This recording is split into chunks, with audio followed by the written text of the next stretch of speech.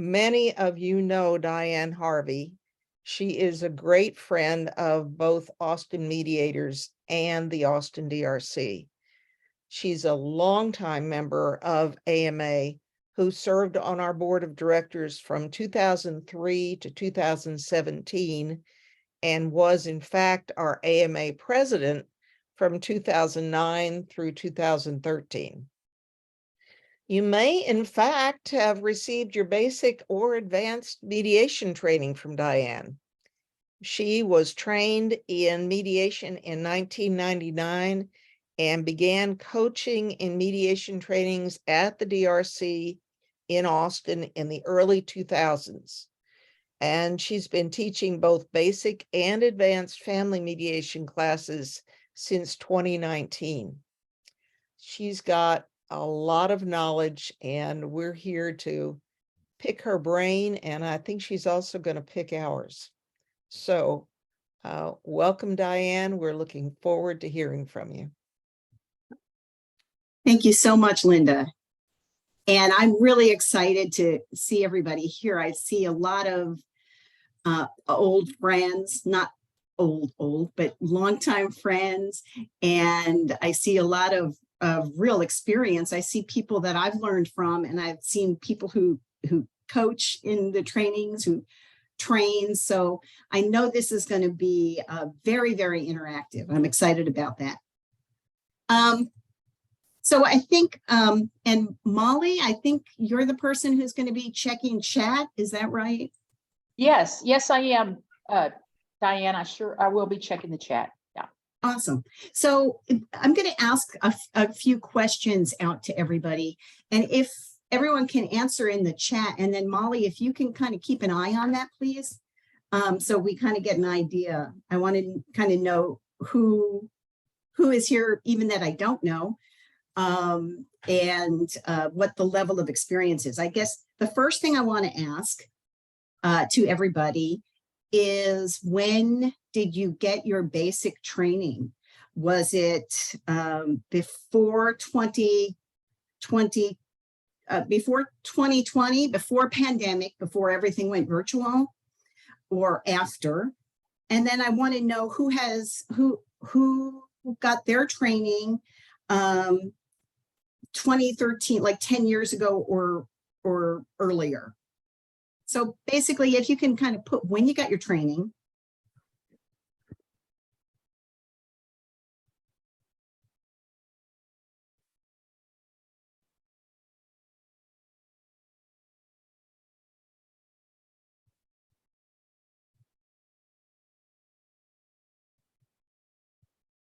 Seen a lot of variety. It's good.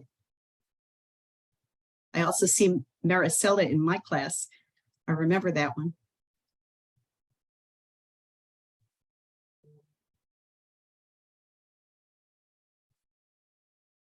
So much, yeah. 95.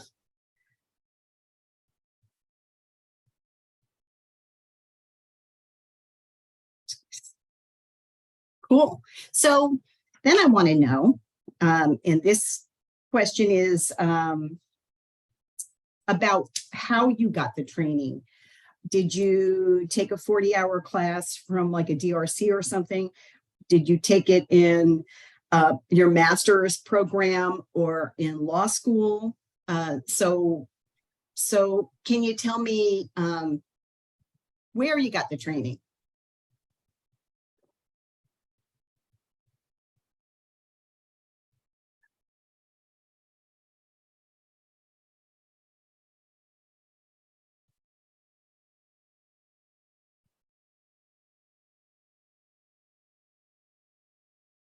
UT, the School of Law, Illinois. Hi, Steve. I remember that class too.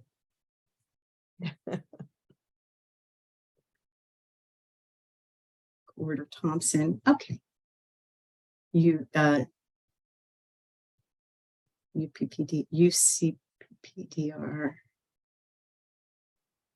Cool. So, and the reason I ask you these, Center for Legal Studies in Virginia Tech. The reason I ask you these is because after a lot of years of being here, taught mediation to special ed kids, DRC trainings, masters at Texas State. So the reason I ask you this is because after many years of doing this, I do realize that people teach it differently, people learn it differently, and there are a lot of good things that come out of many of the different ways of doing things. Independent trainer. Cool. Keep it coming. So this crowd has a lot of variety in where you've learned, how you've learned, and when you learned. And I'm presuming that most of you are mediating now, so that's just a presumption. But now I want to ask you this. Before I go to my PowerPoint, which isn't really long, but it talks about the TMTR standards for the trainings, I want to ask you a question, kind of an open-ended question. What do you think is the most important thing you learned from your 40-hour or from your basic training? What lesson really sticks out to you? And like I said, this is an open-ended question. Is it how you view conflict? Is it a specific technique you do? What is the one thing that you think is your most important memory or takeaway from your 40-hour or from your basic training?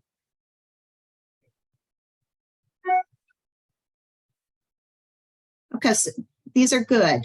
I'm going to open my chat so I can see. A lot of neutrality, listening, the number of people that could be helped by mediation, questions, respectful communication, neutrality, unbiased listening, summarizing in neutral language,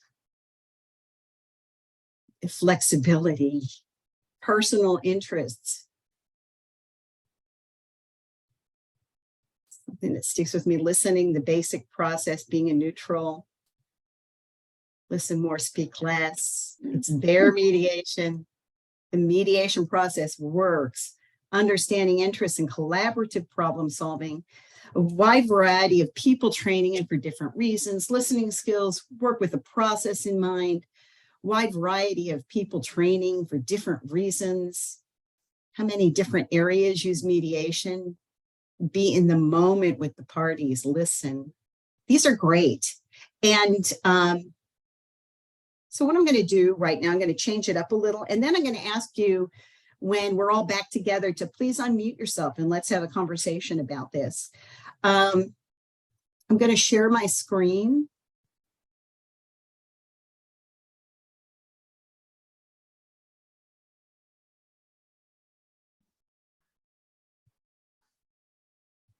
And I'm going to talk about how the lessons from the 40-hour training are really important. Often when we forget our basics, we can quickly lose the process, essentially. And so I'm going to look at what the basics are, really. What do we learn when we are being trained as mediators?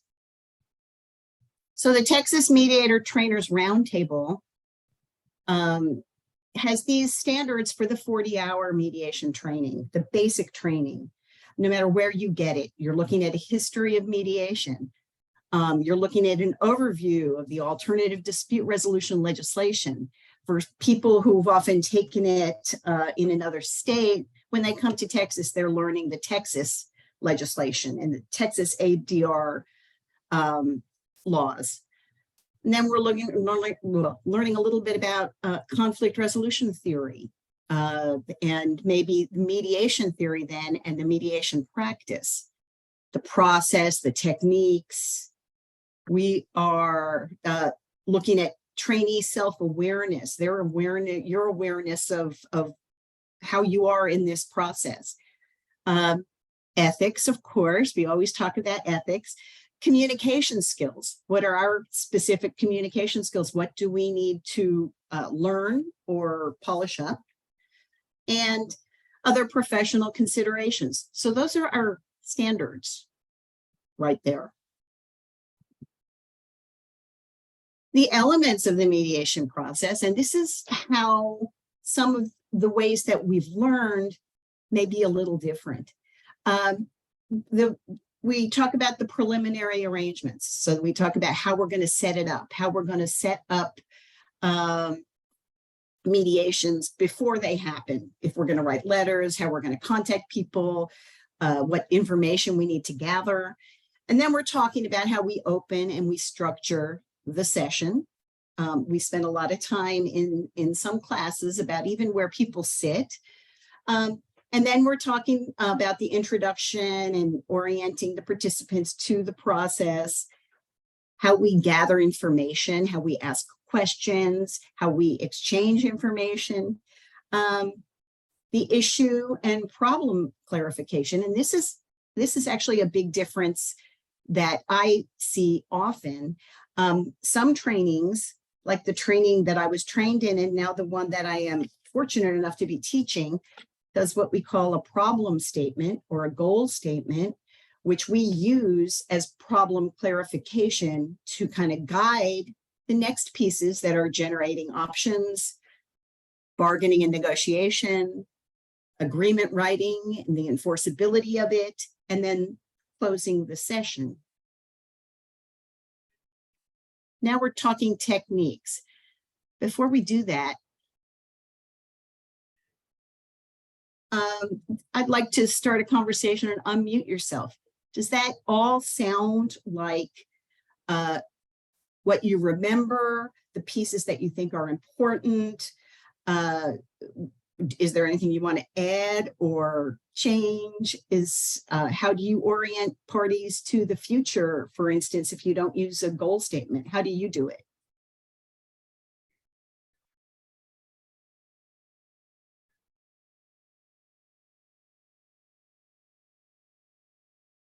Well, I'll go ahead and go first.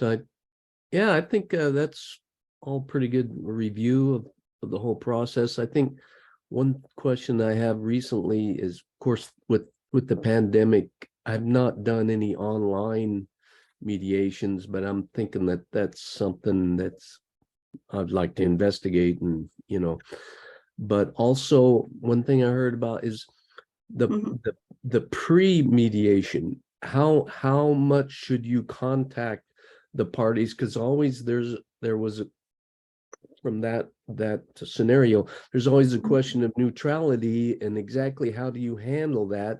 But I've heard in some of my recent training, it's a good idea to contact the parties just to give them an idea of what to expect. And that was kind of a new idea that I hadn't got from my previous training. Thanks. Oh, that's interesting. So I'll give you an example from my practice. Recently, or last weekend, actually, I did a big family mediation, and I often do the ones that are like a parent and adult kids about specific things. And I was told that I could just contact one of the three kids that were all adults because they spoke for everybody. But I thought, no, I never do that. I contact everybody so everybody knows that this is equal, that everybody is going to have a chance to speak. And at the end of the session, the father said to me he had never heard his youngest son speak so much as in that session. So it's really important, in my opinion, to contact everybody and to make it clear to everybody that you're going to contact everybody just to get their perspective and prepare them. What else do you all think about that? Any other thoughts or experiences? Yeah, I always have a pre-mediation call, and it's on that pre-mediation call that we go over some of the ground rules, which might be different from mediation to mediation. Are we going to have an opening statement? Are we going to exchange pre-mediation submissions? If we do, are they only for the mediator's eyes, or are they going to be exchanged? I usually make recommendations about that, but those are things that I'm willing to be flexible, and if the parties have strong opinions and want to proceed. But during that call, I'll then say, if you get me pre-mediation submissions, I want to know what everybody feels about me calling somebody up and following up on something before the mediation based on when they submit it. And if everybody's okay with that, then I'm not as concerned about, contacting somebody else, because we've had an initial meeting where we set the ground rules where they've kind of either authorized me to do that or not. Mhm.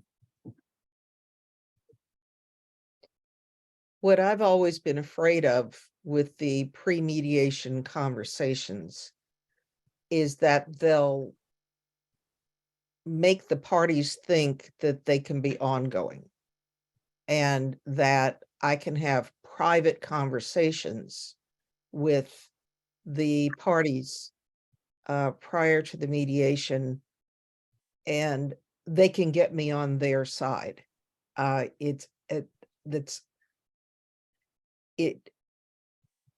It makes me concerned, because I as I say in the opening statement, I like to, or my presentation, I like to say the ground rules and everything to everybody at the same time, so that everybody hears the same thing. Mhm. But again, I see the benefits that, y'all are talking about, and it's a very fine line.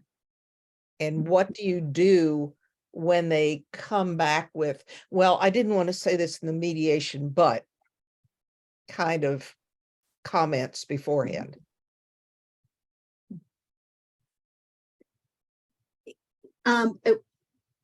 Just a thought on that, on everybody hearing the same thing. One occasion, like about a year ago or something, I had been speaking to a couple so much, like one and then one and one, that finally, when we all got into the mediation, I almost forgot to structure it. So at the beginning, where you're giving the ground rules and when you're saying, no interrupting and stuff, and I'm like, okay, because it was sort of like, okay, we've been talking so much. Okay, go ahead. And then I think one of them said, so what do we do? Oh, yeah. Okay, this is what we do. And providing that safe structure for them. Again, it's like back to the basics. It's our job to provide that safety net for them, so that they're in an environment where they actually can talk about hard stuff. And that's our job, to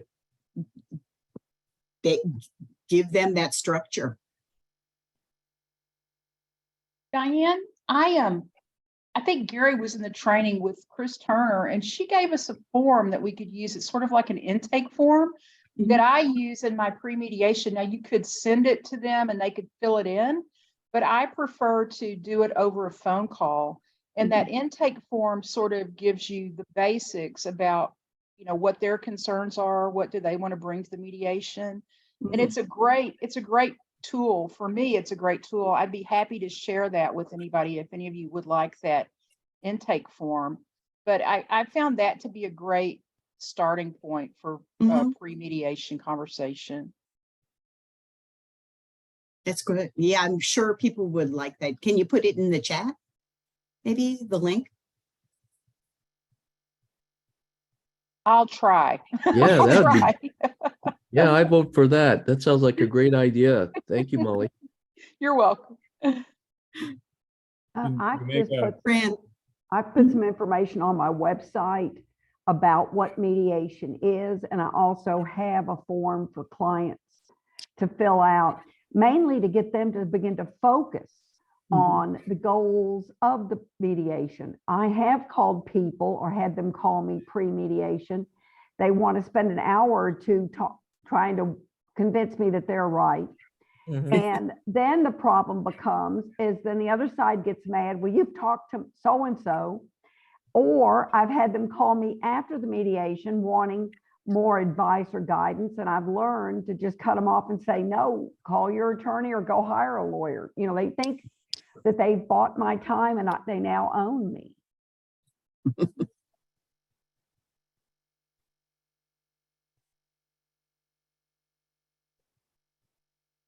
Other thoughts on this? So I appreciate Oh. your comments, Fran and Molly. It's interesting. I think we've all experienced some people think well by writing things down, and yet other people can't translate their emotional context of that particular dispute to words. They need to talk to somebody, sometimes even see somebody. Whereas other people, very articulate, writing it down, but don't have a good way of translating it into a one-on-one, kind of verbalizing it. So I think that gets to, I'm not sure there wasn't an element of that kind of training when I did my training. I think that probably comes from experience and attempting to understand the dispute that you have and the individuals that are experiencing the dispute. And then your sense, however you contact them, even if you do, maybe right at that moment in the mediation is when you have to kind of on the spot figure out that person needs to talk about it, this person needs to write something down. And then maybe you do a caucus to figure out a way that they can communicate in the best way that they can communicate. We don't, because they're going to be handicapped if one is really good at writing things down and the other is like an orator. You have to try to balance it however you can. So it's one of those unspoken skills I think we have to acquire over time, and that probably comes with experience. That's a good point, Paul. And I realize that, I always send people before mediation. I send them my forms. The forms are also on my website. I think once in the past several years, did somebody come with the forms already filled out when that was before pandemic. And usually then I email them and I say, you don't need to sign these yet. I'll send you a DocuSign the day before the mediation. As I said, almost never are people, they're not really reading them. So Paul, that's a really good point that a lot of people need to hear it, need to talk. Having the forms is good. And having the forms is especially good for us. And for me, talking to people is a key in getting them together and getting them to be able to really share. Man, there's a lot of good experience in here. How often do people do like goal statement or a problem statement when you're doing mediation? And I mean, I teach it, but confession, I don't usually do one, but I have it in my head because that's where you're changing the focus. And I think, Ron, you and I did one, right, where it actually worked. Often it doesn't kind of flow like that. But a lot of you didn't learn the problem identification that way. So how do you focus people on the future? Diane, Carl over here. Hey, I Carl. just wanted to say that what you're talking about now has been something that has baffled me a little bit from the DRC training. And I was just about to ask about that because in your slides there, the problem statement and identification, and then also the brainstorming, where at least at DRC, we were taught very formally how that works. It almost never occurs in the mediations I'm in. It sort of happens amorphously or something implicitly.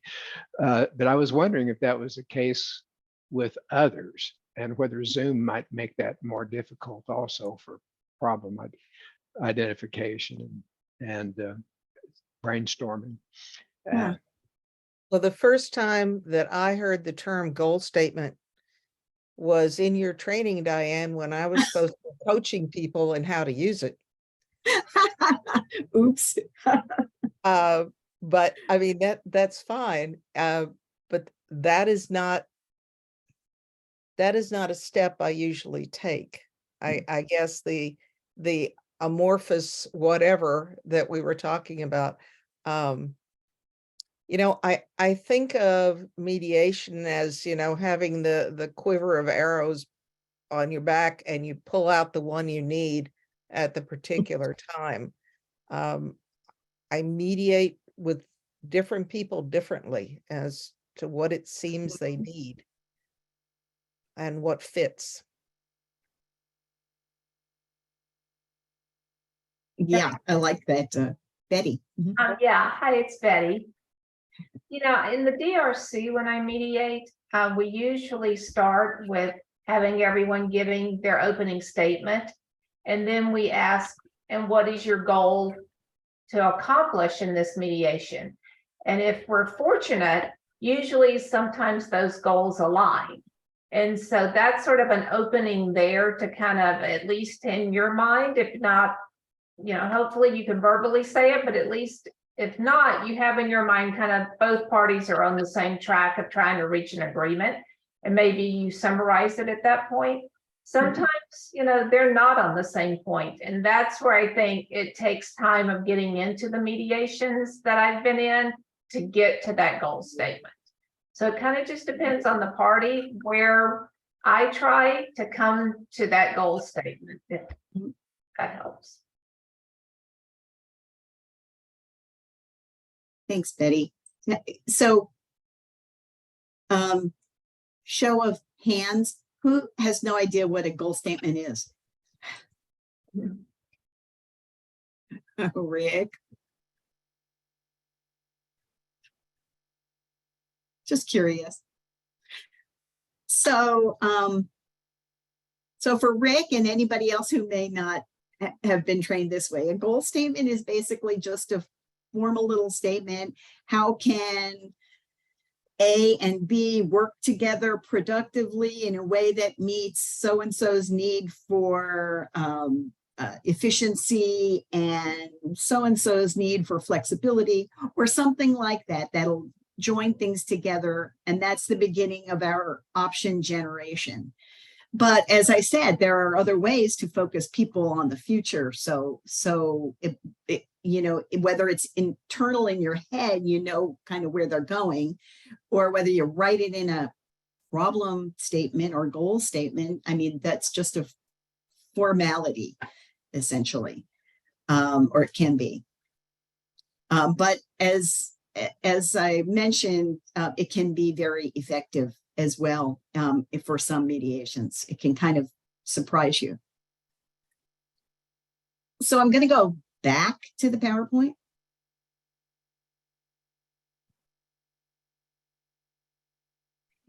And basically, we're looking at what the elements of the mediation process are here. Now we're looking at techniques. Sorry, I was with you guys when you were talking about it. So we're looking at techniques. These are the techniques that are listed by TMTR. Trust building, the reframing and neutral language, making sure you're keeping on track, following the agenda, the managing the process. You're focusing on interests versus positions. I know we spend a lot of time that when you come in, you have a position, and then what are the interests behind it? Why do you want that? Building on partial agreements, caucusing, reality testing with the parties, working with third parties. Sometimes we do things with people like we may work with attorneys in some mediations. For those of you who don't do a lot of mediations with attorneys. We may have a guardian ad litem as a third party. And managing difficult people or strong emotions.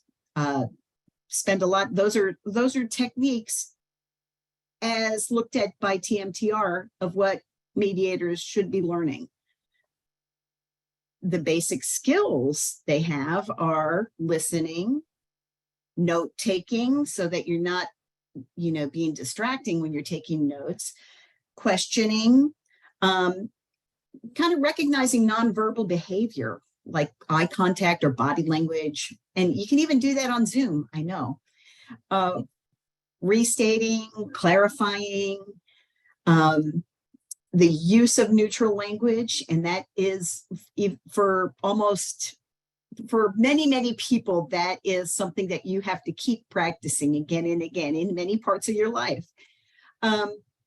Drafting the agreement, another big piece, and then recognizing the feelings and the emotions of the parties. And of course, TMTR talks about ethics. And this is a really quick summary of the ethics that I always teach the ones from TMCA, Texas Mediator Trainers Roundtable. They're pretty much what the ADR section of the bars are. I think they have one word like can instead of may do this, will do this, or there are minor little tweaks. But basically we're talking in our ethics about mediation. We're defining it. We're telling people what it is before they are in the process. We're explaining to them costs. Of course, with our ethics, we can't make things contingent on success of the mediation or something like that. Basically, we are upfront with the costs at the beginning or before the mediation. We tell them about the process and what it is. Mediation, when to convene, we don't convene unless everybody is in the room and ready and prepared. We talk about mediation being a confidential process. And another part of the mediation ethics is when to disclose or exchange information. We obviously don't, basically. Termination, when do we have to end a mediation early because there is an ethical breach or there is a conflict of interest or something. And the agreements, writing up the agreements. So those are all defined in the TMCA Code of Ethics. For the mediator, it's about the mediator conduct, any disclosure of possible conflicts of interest, what our qualifications are, how do people come to you? If they come to the DRCs, they may know that we are qualified mediators and nothing else. If they come to me, they know that I am a therapist and a mediator, and they may think I'll listen differently for their specific needs. Many of you have different backgrounds, and if people come to you privately, they may be coming for something specific to them. So qualifications, impartiality, again, neutrality, impartiality, making sure that you aren't taking sides. That's all spelled out in the Code of Ethics. No professional advice. So when people are in my mediations, even if they're my private mediations, and even if I think they really, really need therapy, I am not going to give them therapeutic advice. I am there as a mediator. And so for you, those of you who are attorneys, those of you who are counselors, those of you who are realtors, any other profession, when you are in a mediation, you're a mediator. The last two are the relationship with the judiciary and involvement in judicial matters. And those basically spell out that you are not going to be, it's about appearance of impropriety or influence or conflict of interest. Again, You are not going to, for instance, get involved with something with the judiciary that may relate to a big mediation you've just done, and it may influence each other. So basically, all spelled out by the TMCA Code of Ethics. So I've given you a ton of information about all the techniques and skills, and then the ethics that are very basic for us. So any thoughts on any of that? I know there are thoughts on stuff like that, but who's going to talk first? What strikes you? Diane, I have a quick question for you.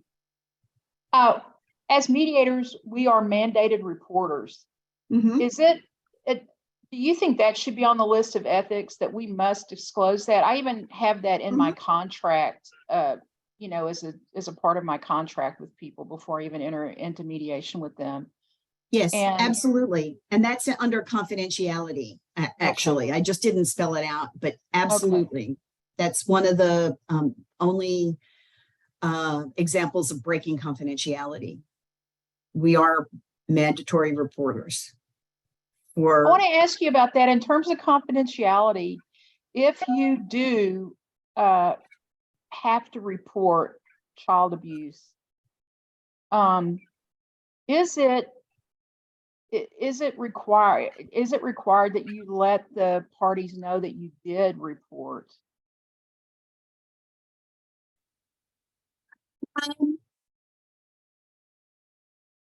So that would be probably, and anyone who has experience with that specific thing, cut right in. But that is probably something where you have them in different rooms by then, and you are checking out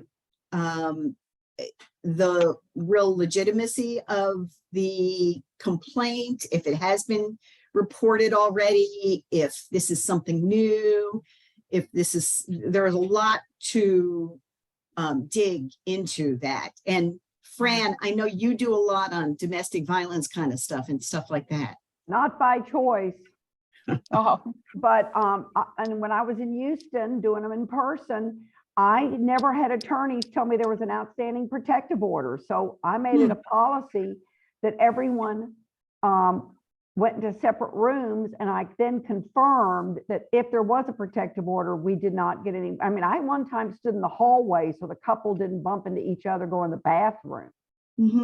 And one time I used to rent extra space in another space so they couldn't even be in the same space. So I would do things to protect people and make them feel safe, which is how I settled cases. But I was blown away by how many attorneys poo-pooed their clients' worries. And I think a couple of attorneys actually wanted everybody in the same room when there was a protective order so he could use it against them. Wow. Yeah, so I didn't play that game. So I got to be really tough on stuff. Like I pre-screen people, and I talked to a lady today and just said, I'm not comfortable doing this. You need to get a Spanish speaking mediator. I think very few of us run into issues where we have, I guess, allegations of abuse and neglect of the disabled or the elderly, the children. The few times I have, you know, we stopped immediately and investigated, and it turns out, fortunately, they had all been reported. So that takes us off the hook, but also it needs to be credible. So if someone's just using it as a bludgeon, you know, then you need to stop and talk with them and try to figure out, is this really a credible allegation or not? But I've never had to actually report one.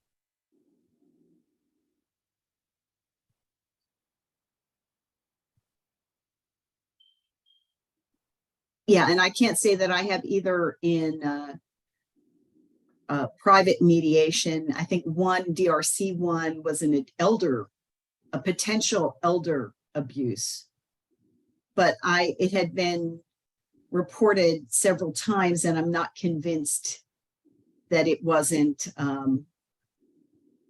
manipulation. I'm not sure. Or I think Bruce did that one with me. We weren't sure about that. Diane?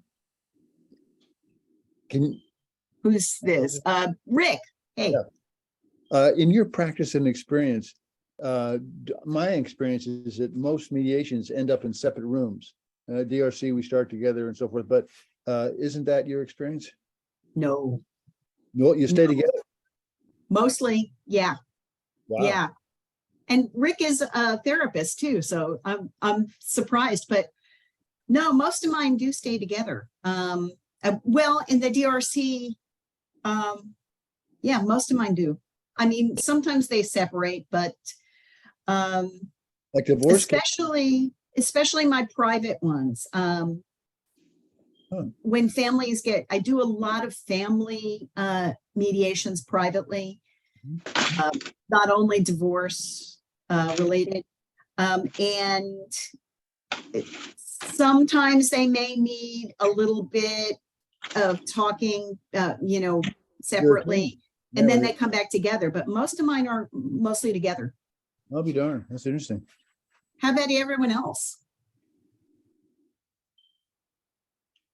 Mine are done on Zoom. So they're in one of the cases I'm working on right now, the couple is getting a divorce, but they meet together in the same room using the same computer on Zoom. In the other case, they live, they're already divorced and they meet separately in their own homes, but they're on Zoom. And I've offered for people to come meet together in person. They don't seem, they seem to prefer Zoom. So it's interesting. I think it just depends on the couple and what their needs are. Yeah. Interesting. I do most of mine through the DRC in San Marcos. Mhm. And invariably, whether they're on Zoom or whether they're in person, they're going to wind up in separate rooms before it's over. Wow. If not to begin with, and to what Rick was saying, on the family side of things, they invariably usually start in separate rooms or will go to separate rooms very shortly after you get started. Paul knows that too. We've worked together on a few. So yeah, I mean, there's always exceptions, but that's what I found. So I basically start them in separate rooms, especially on Zoom, and they can always indicate one way or the other that they want to be back together, and you can move them very easily if you're doing it on Zoom. Yeah. It's not Yeah. difficult for us to do it in person either. There's plenty of people here who mediated DRC, and I would just say that typically we start together and we keep them together. And I only tend to separate them if their communication is going south. If they're really not, if they're really being bad, when the communication isn't helpful. And I recently did one, and this both goes to Zoom and in person, where someone right off the bat wanted them to be separate. And if people want to be separate, then I usually make an effort to keep them together. And I would say that the main reason we keep them together has to do with, are these people going to have to continue to talk to each other when they leave here? If they're going to have to continue to talk to each other when they leave there, then by having them together at the DRC, we have an opportunity to model the type of communication we would hope that they would continue when they leave there. But ultimately, if someone's set on separate rooms, then but I other people at DRC might have a different experience, but I don't know. If I had to pull a number out of the air, I'd say over 80% we keep them together. That's just pulling a number out of the air, but a lot. We keep them together a lot. Yeah. I will tell you about one that Michelle and I did at the Dispute Resolution Center, and it was probably 2021 because it was kind of in pandemic time, but it was two neighbors. It was one neighbor who the other neighbor had a tree cut down or something like that, and it destroyed some sentimental property. And So the one neighbor said her thing for her opening statement, and then the lawyer talked for the other neighbor. And we, after sorting it out and saying, are you not understanding what kind of mediation this is? The lawyer is like, no, I thought how we do it. And so we said, well, would you like to? And everybody said, yeah, separate rooms. So we put them in separate rooms, got an agreement finally. And then we asked, would you like to get back together? And they did. And as they got back together, after everything was settled, the neighbor with the lawyer said, can I say something? Yeah. And she did a whole apology to the neighbor that whose property she destroyed. She did a heartfelt, it kind of closed the mediation as the best mediations can, you know, because they are going to live together. They're going to live next to each other for a long time. And if the lawyer had done all of the machinations for this with no acknowledgement like that, it would have just ended like a business arrangement. But this kind of closed the emotion part. Michelle, would you agree on that? Yeah, I thought that was so important that they actually talked near the end and they decided how to communicate best going forward. And I feel like it really set them up to, you know, be successful neighbors going forward versus if they had never talked at all during the mediation. That was strange how the lawyer just did all the talking, like completely. One of the, I think my practice might be in the minority for, you know, some of you all, because I do family at the DRC, but my private practice is mostly, you know, commercial. And the one thing that I would say is, I think there are different expectations. So you're talking, Diane, you're talking about an attorney who, you know, had a thought process of how things were going to go.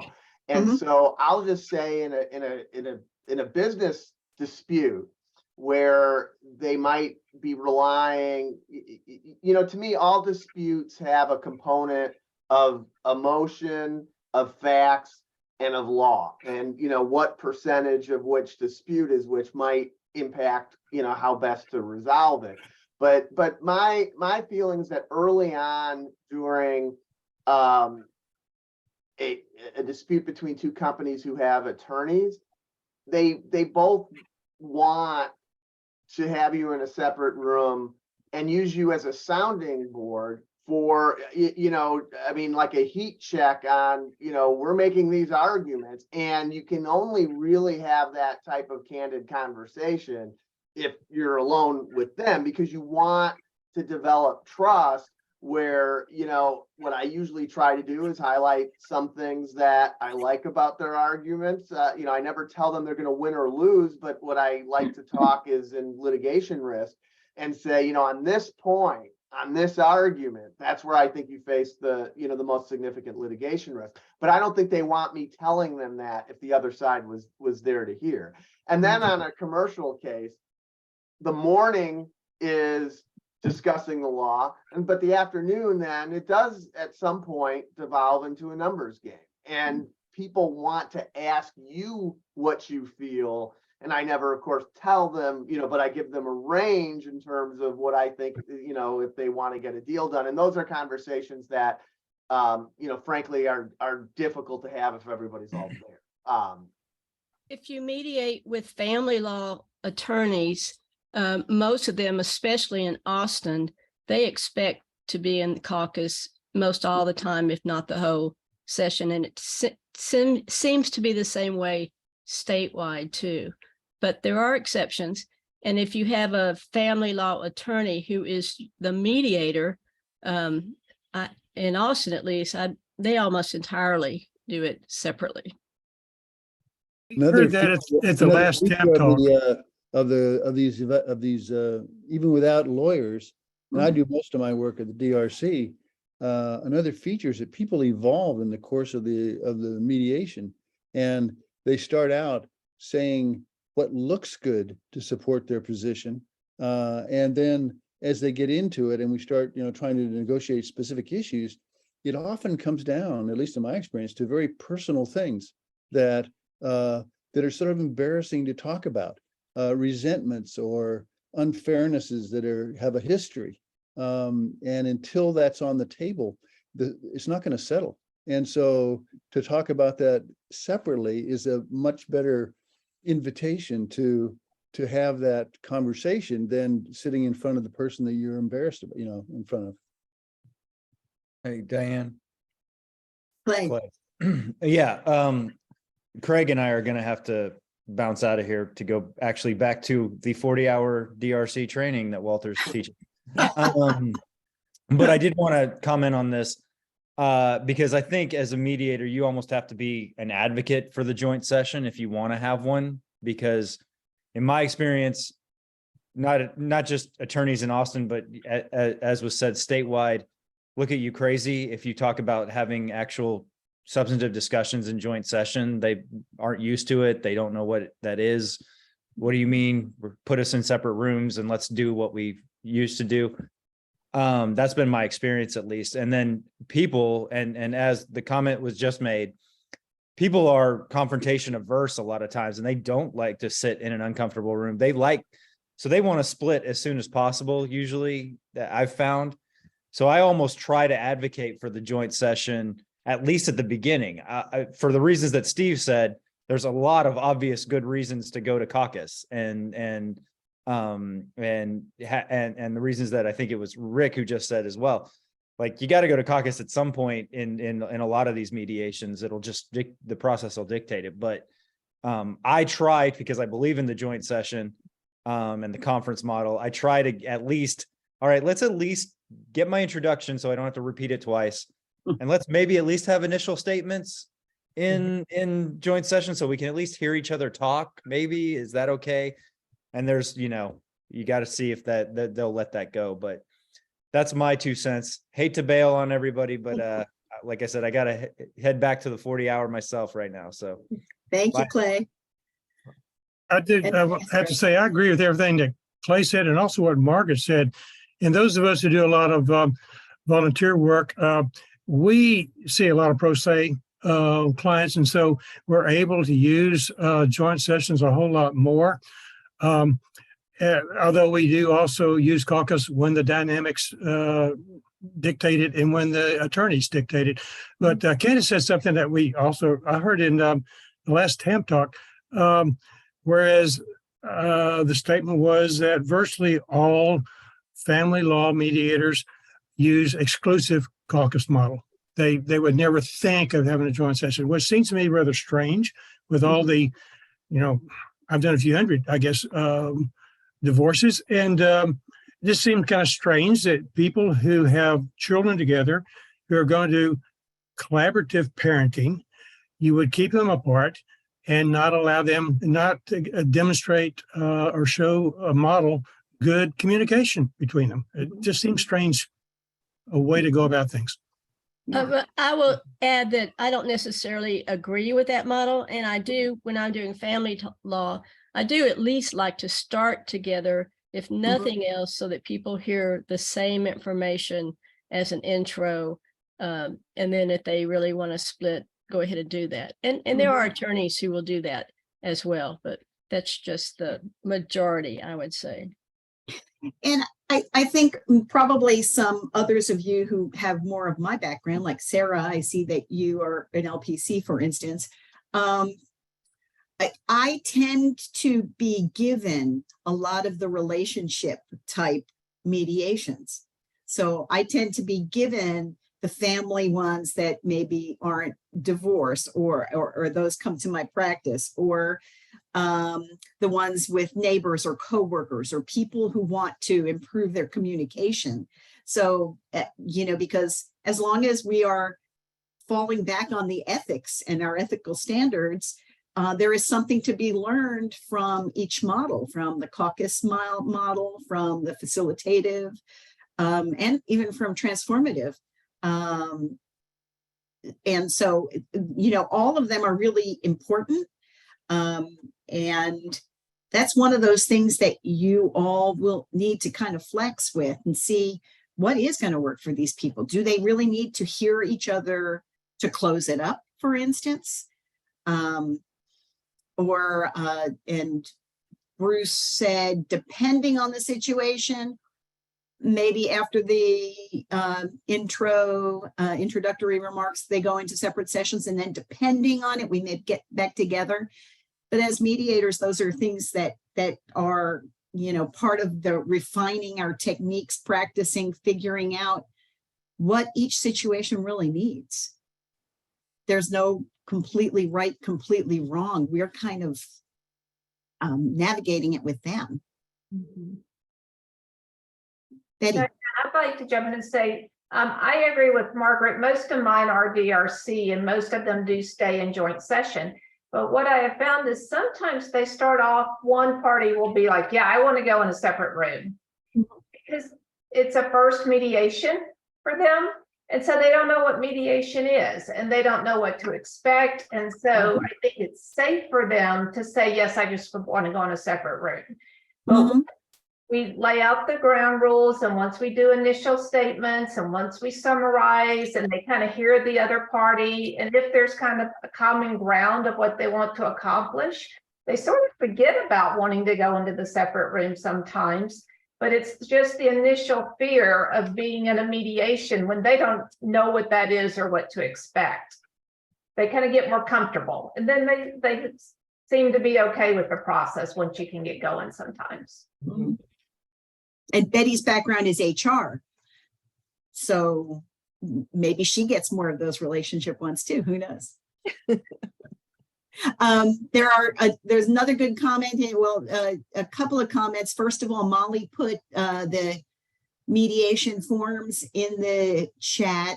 And Sarah said, back to the abuse thing, you're absolutely right. As an LPC, if there's a suspicion of abuse regarding a child, elderly, or disabled person, elderly defined as 65 and older, feels young to me.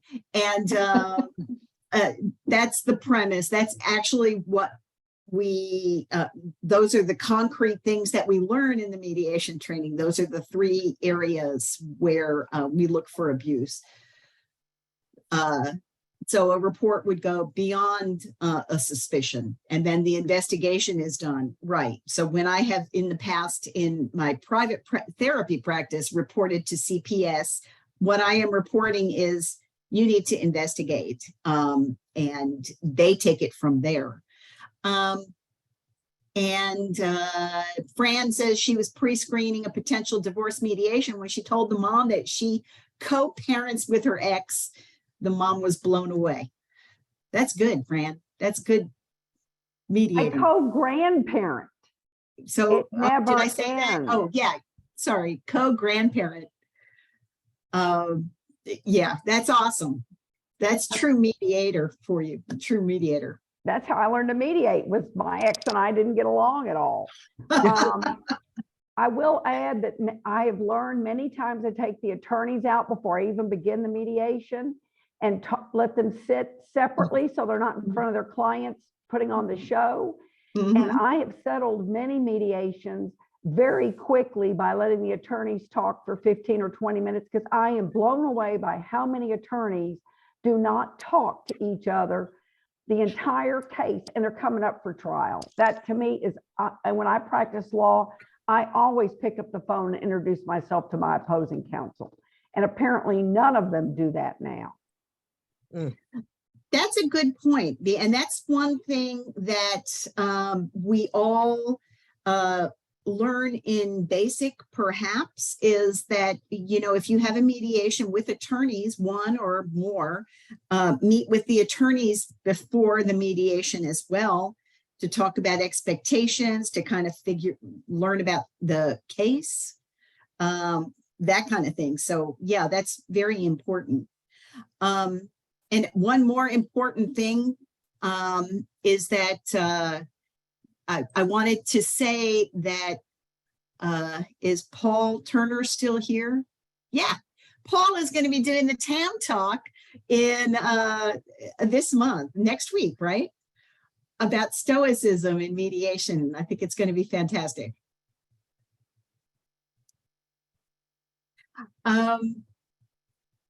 So I'll show you one last screen just to close this up. Basically, the bottom line in this is just keep learning, keep refining your techniques, and keep practicing. And then especially remember the basics, whether you have to refresh or learn or practice something. As we came out of training, I realized, for instance, that I needed to relearn, I needed to refine how I identify problems. And so they had a lunch and learn thing, and I practiced and got better. So all of us have stuff that we keep learning, and we keep learning from each other. I wish I could just sit down and have coffee with each one of you. I see a lot of people who I haven't seen in a while. And so maybe I'll see some of you at the TAM conference. I know I'll see Margaret and Fran, good, Linda. Anyway, and so thank you so much. This was really fun. It was awesome. Well, thank you very much for doing this. We all appreciate it, and we're so glad you could do it.